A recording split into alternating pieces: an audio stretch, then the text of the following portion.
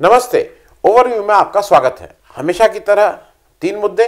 पहला, क्या कांग्रेस की नैया पार लगाएंगे अशोक गहलोत साहब। दूसरा, क्या महाराष्ट्र बनेगा नरेंद्र मोदी के रास्ते का रोड़ा। और तीसरा, कैसे याद किए जाएंगे जस्टिस रमन्ना। आगे बढ़ने से पहले आपसे एक आग्रह, अगर चैनल को सब्सक्राइब ना किया हो तो सब्सक्राइब कर दें, और अगर सब्सक्राइब कर दिया है तो अपने दोस्त मित्रों से जिनसे आप कह सकते हो उनसे कहें चैनल को सब्सक्राइब करें, और अगर संभव है तो चैनल की मेंबरशिप भी लें। मेंबरशिप का मतलब कि हर महीने आपको एक छोटी रकम हमें देनी होगी, और अगर आप हर महीने का कमिटमेंट नहीं करना चाहते हैं तो वन टाइम एक बार भी हमारी आर्थिक मदद कर सकते हैं। आपके इस आर्थिक सहयोग से हमें चैनल चलाने में आसानी रहेगी। तो सबसे पहला मुद्दा, क्या कांग्रेस की नैया पार लगाएंगे अशोक गहलोत साहब। देखिए, इस समय कांग्रेस के जो प्रेसिडेंट सोनिया गांधी जी हैं वो एक तरह से स्टॉप गैप है। राहुल गांधी जी प्रेसिडेंट थे, उन्होंने इस्तीफा दे दिया, उसके बाद सोनिया गांधी जी ने बहुत दिनों बाद उसको फिर अपने बागडोर अपने हाथ में संभाली, और करीब वो 22-23 वर्ष रही हैं कांग्रेस की प्रेसिडेंट।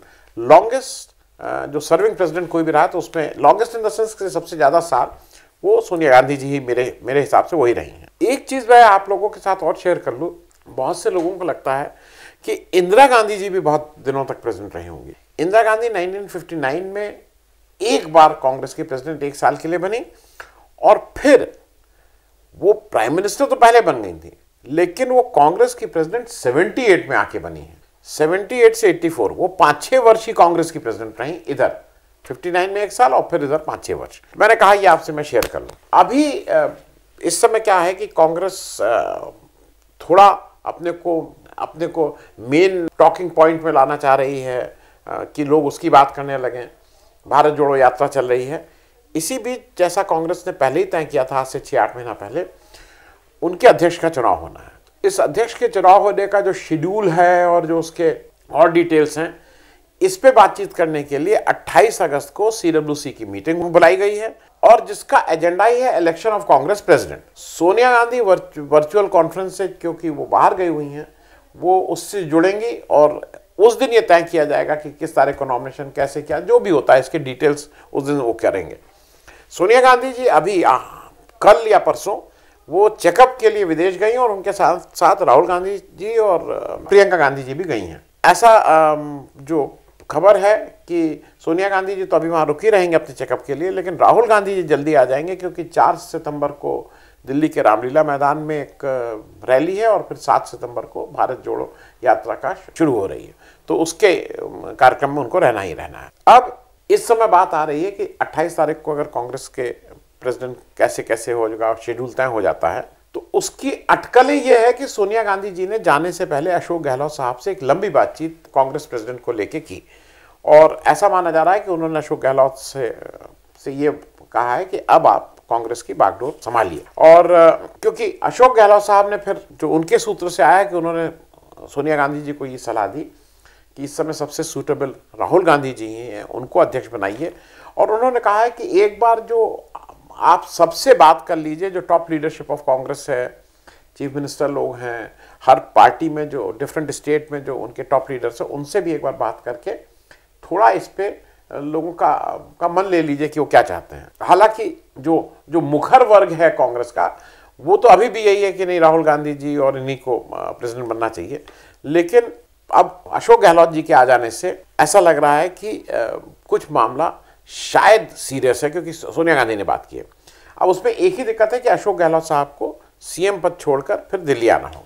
अब एक चीज ये समझने वाली है कि अशोक गहलोत साहब का कांग्रेस प्रेसिडेंट बनना गांधी परिवार को, जब मैं गांधी परिवार कह रहा हूं, सोनिया गांधी जी, राहुल गांधी जी, प्रियंका गांधी जी, इन सब को कंबाइंड उसमें कह रहा हूं, को क्यों सूट करता है। पहली बात तो यह है कि जो इस समय एक परिवारवाद लाल किले की प्राचीर तक से मतलब हमला कर रहे हैं हमारे नरेंद्र मोदी साहब गांधी परिवार के ऊपर, तो एक तो अगर अशोक गहलोत साहब आ जाते हैं तो वो हमला ही ब्लंट हो जाएगा, फिर उसका कोई मीनिंग ही नहीं रहेगी। भाई एक आदमी आ गया, वो कहने को भले ही कहें कि ये तो उनका, भाई अब तो ऐसे जेपी नड्डा साहब को क्या है, कोई कहेगा ना वो कठपुतली हैं। ये तो आज नहीं, कितने साल पहले अटल बिहारी वाजपेयी जी के लिए आपको याद है ना, उनको मुखौटा बोला गया था।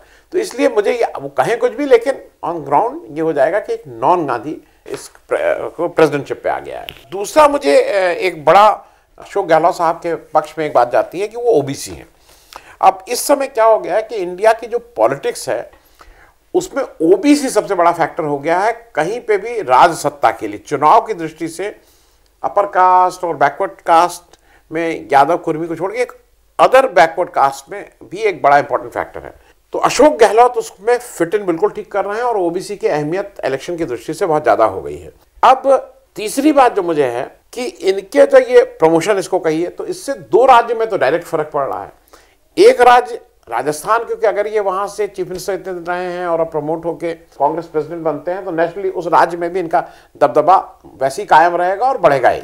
दूसरा, वहां पे एक और जो फायदा होगा कांग्रेस का कि सचिन पायलट साहब से जैसा कहा जा रहा है कि जब उन्होंने एक बार कुछ बाहर निकल के और अपने को कांग्रेस से अलग करने की कोशिश की गई थी और उनको जब मना के लाया गया था, तो उस समय शायद ये वादा किया गया था कि इलेक्शन से 1 साल पहले आपको चीफ मिनिस्टर बना दिया जाएगा। तो अगर गहलोत साहब अध्यक्ष बन जाते हैं और दिल्ली मूव कर जाते हैं तो सचिन पायलट वहां आराम से चीफ मिनिस्टर बन जाएंगे और जो ट्रांजिशन ऑफ पावर होगा वो बिल्कुल स्मूथ हो जाएगा, उसमें कोई बहुत चेंज ऑफ पावर में दिक्कत नहीं होगी। एक तो ये है। जो चौथी बात मेरी समझ में जो अशोक गहलोत के अध्यक्ष बनने से फायदा है, राहुल गांधी ये बार बार कह चुके हैं कि भाई मुझे ऑर्गेनाइजेशन के काम में बहुत उलझाने की जरूरत नहीं है, मैं तो पार्टी बिल्डअप, बीजेपी पे जो हमला, इसमें उनकी ज्यादा रुचि है और वो ऑर्गेनाइजेशन के मूल रूप से आदमी भी नहीं है। अब वो ऑर्गेनाइजेशन में टाइम देने की जगह वो पार्टी के प्रचार प्रसार में ज्यादा यूजफुल हो सकते हैं, इसमें कहीं कोई दो राय नहीं है। पांचवा फायदा ये है कि जो मैंने जैसे कहा था कि 2 स्टेट में डायरेक्ट फायदा है, एक तो राजस्थान में मैंने कहा था, दूसरा गुजरात में फायदा है। गुजरात के इस समय इंचार्ज अशोक गहलोत साहब भी बनाए गए हैं। उनके पास्ट में भी अशोक गहलोत साहब ने एज जनरल सेक्रेटरी कांग्रेस बेहतरीन काम किए हैं, डिलीवर किया है। राजस्थान की सरकार इस बार बनने में उनका और सचिन पायलट दोनों का हाथ था, लेकिन इनका भी एक बड़ा हाथ था। छठी बात यह है कि अशोक गहलोत साहब बहुत रिसोर्सफुल हैं, प्रदेश के मुख्यमंत्री रहे हैं, तो वो एक जो पैसे का रिसोर्स होता है वो भी उनके पास वो है। अगर अध्यक्ष बनना है और सचिन पायलट वहाँ हैं तो उसमें कोई दिक्कत नहीं आनी पाएगी। तो जैसा मैंने कहा कि ये भी एक बड़ी बात है, अगर अशोक गहलोत बनते हैं तो शायद कांग्रेस के लिए एक ये अच्छा कदम होगा। अब इसके साथ ही ये भी खबर आ रही है कि G23 जो कहा जा रहा है, जो असंतुष्ट नेता है उनमें, उसकी तरफ से कहा जा रहा है कि उनकी तरफ से एक कैंडिडेट जरूर खड़ा किया जाएगा, भले ही वो टोकन प्रेजेंस हो या सिंबॉलिक हो, कि भाई एक और विचारधारा है जो इनको खड़ा कर रही है। मैं उसमें ऐसा कहा जा रहा है कि पहले गुलाम नबी आज़ाद साहब का नाम था, आनंद शर्मा का नाम था। गुलाम नबी आज़ाद साहब तो तब भी कुछ होंगे, आनंद शर्मा साहब का मेरे ख्याल में कोई जमीनी पकड़ तो नहीं है, तो वो तो रूल्ड आउट है। लेकिन अब लोग 2 नाम ले रहे हैं, एक मनीष तिवारी साहब का ले रहे हैं, एक डॉक्टर शशि थरूर का ले रहे हैं कि इन लोग इस G23 के कैंडिडेट बनेंगे। मुझे डॉक्टर शशि थरूर नहीं लगते हैं कि वो बनेंगे, अगर वो गांधी परिवार से उनका नॉमिनेशन नहीं आएगा। मनीष तिवारी हो सकता है कि वो बन जाए, वो कभी कभी अपना वो दिखाते भी रहे। लेकिन मैं थोड़ा आपको याद दिला दूं पास्ट में, जब 2001 में सोनिया गांधी के अगेंस्ट जितेंद्र प्रसाद जो अब चले गए बीजेपी में कांग्रेस से, इनके पिताजी ने भी इलेक्शन लड़ा था, तो सोनिया गांधी को वोट मिले थे 7,448 और जितेंद्र प्रसाद जी जो उस समय के G23 या उस समय का जो नाखुश ग्रुप था कांग्रेस का, उनको मिले थे 94 वोट्स। वो उनको सैकड़े में भी वोट नहीं मिल पाए थे। दूसरा मैं आपको याद दिला दूं कि गांधी फैमिली के ही सपोर्ट से जब सीताराम केसरी 1997 में चुनाव लड़ रहे थे और उनके अगेंस्ट शरद पवार जैसे कद्दावर नेता और राजेश पायलट जैसे जमीनी नेता इलेक्शन लड़े थे, तो सीताराम केसरी को मिले थे 6,224 शरद पवार साहब को मिले थे 882 और राजेश पायलट साहब को मिले थे 354 वोट। तो क्योंकि अभी क्या है, ये राहुल गांधी जी भी बार बार ये कह रहे हैं कि इस समय चैलेंज बड़ा है, और उन्होंने कहा है कि उन्होंने अपने उसमें भी कहा कि भाई मैं तो कांग्रेस पार्टी में हूं ही, मेरा तो जो कुछ भी है मैं कांग्रेस पार्टी के लिए कर रहा हूं। और मुझे ऐसा लगता है कि अशोक गहलोत अगर अध्यक्ष बनते हैं और राहुल गांधी अगर भारत जोड़ो यात्रा सक्सेसफुली कंप्लीट कर लेते हैं, तो एक ये बड़ा गेम चेंजर कहीं से हो सकता है देश की राजनीति के लिए। अब हम लोग बात कर लें, क्या महाराष्ट्र बनेगा नरेंद्र मोदी के रास्ते का रोड़ा। ये मैंने इस रेफरेंस में कहा कि कल महाराष्ट्र विकास आघाड़ी MVA की मीटिंग, कल एक जब से ये सरकार गई है उसके बाद उद्धव ठाकरे साहब कल विधानसभा आए और उन्होंने कल एक MVA की ऑफिशियल मीटिंग बुलाई। उससे पहले मैं आपको जरा याद दिला दूं, महाराष्ट्र में 2024 में पहले लोकसभा का इलेक्शन होना है, उसके 4-6 महीने बाद विधानसभा का इलेक्शन होना है। लोकसभा में 48 सीटें हैं टोटल महाराष्ट्र में। पिछले चुनाव में 2019 में उसमें से 23 बीजेपी जीती थी, 18 शिवसेना जीती थी, 4 एनसीपी, 1 कांग्रेस और 1 इंडिपेंडेंट, एक AIMIM और 1 इंडिपेंडेंट थे।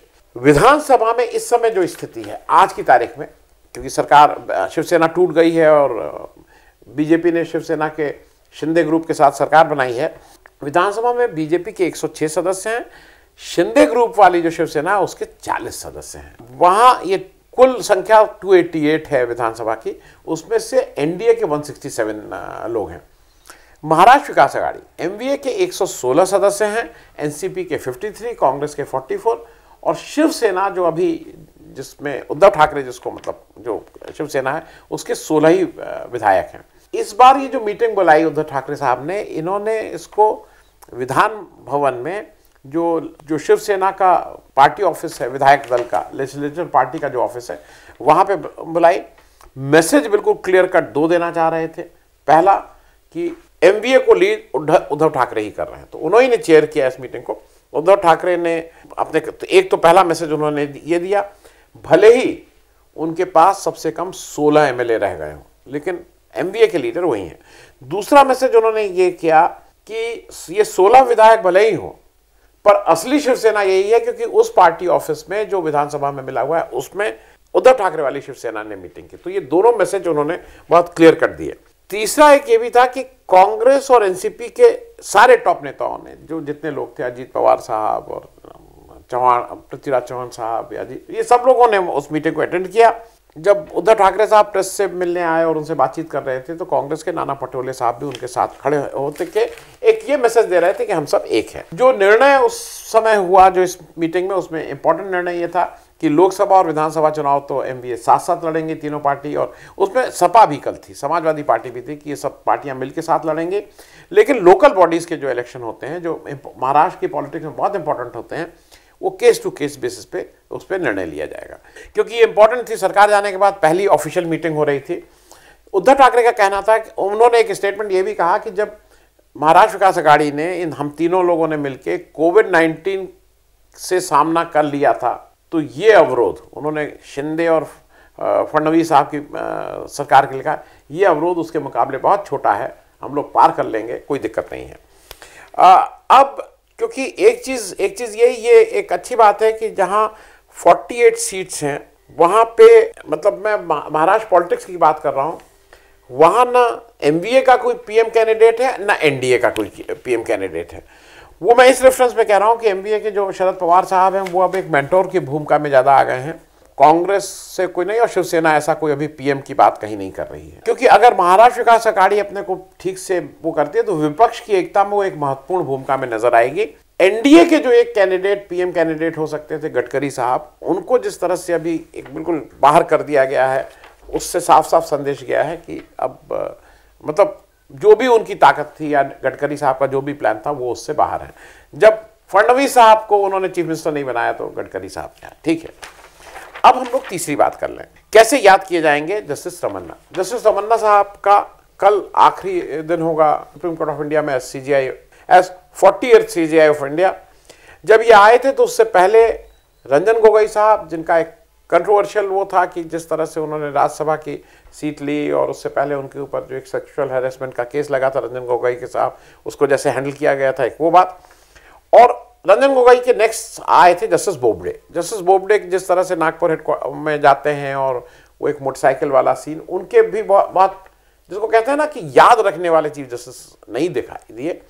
CV रमन्ना साहब जब आए तो ऐसा लगा था कि एक चीफ जस्टिस आ रहे हैं जो याद रखे जाएंगे, लेकिन ये फैक्ट है कि वो सरकार के साथ अगर खड़े हुए नजर नहीं आए, ऐसा नहीं लगा कि वो सरकार के साथ कहीं खड़े हैं, लेकिन वो विपक्ष के साथ भी कहीं खड़े हुए नजर नहीं आए, या विपक्ष कह लीजिए, या ऐसी बातें जहां पे उनसे उम्मीद थी कि वो भाई इसमें कुछ निर्णय लेंगे, वो नहीं आए।